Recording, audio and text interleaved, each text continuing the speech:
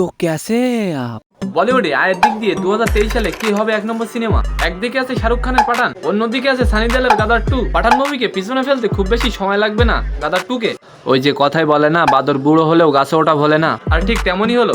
বুড়ো বয়সে এসেও বক্স অফিসে ছক্কা মেরে দিল গাদার 2 এর সানি দেওয়াল। তো আজকের এই ভিডিওটি পুরোপুরি দেখুন, তাহলে বিস্তারিত সবকিছু জানতে পারবেন। তো চলেন ভিডিওটি শুরু করা যাক।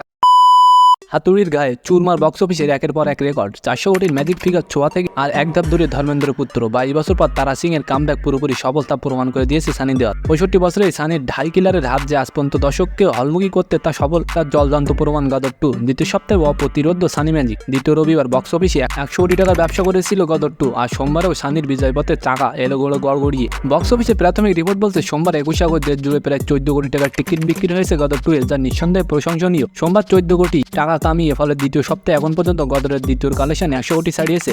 11 দিনে ছবির মোটায় 379 কোটির আশেপাশে। যে হারে গদর 2 এগোচ্ছে তাতে বক্স অফিস বিশেষজ্ঞদের ধারণা মঙ্গলবারে 400 কোটির ম্যাজিক ফিগার ছুঁয়ে ফেলবে এই ছবি। প্রথম সপ্তাহে 284 কোটি টাকার ব্যবসা আগিয়েছিল গদর 2। দ্বিতীয় সপ্তাহে সেই স্বপ্নের দৌড় দাঁড়িয়ে রয়েছে।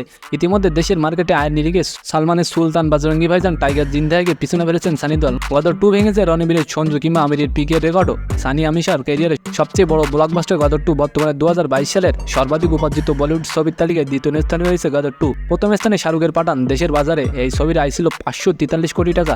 সেই অঙ্ক পেরোতে পারবেন সানি?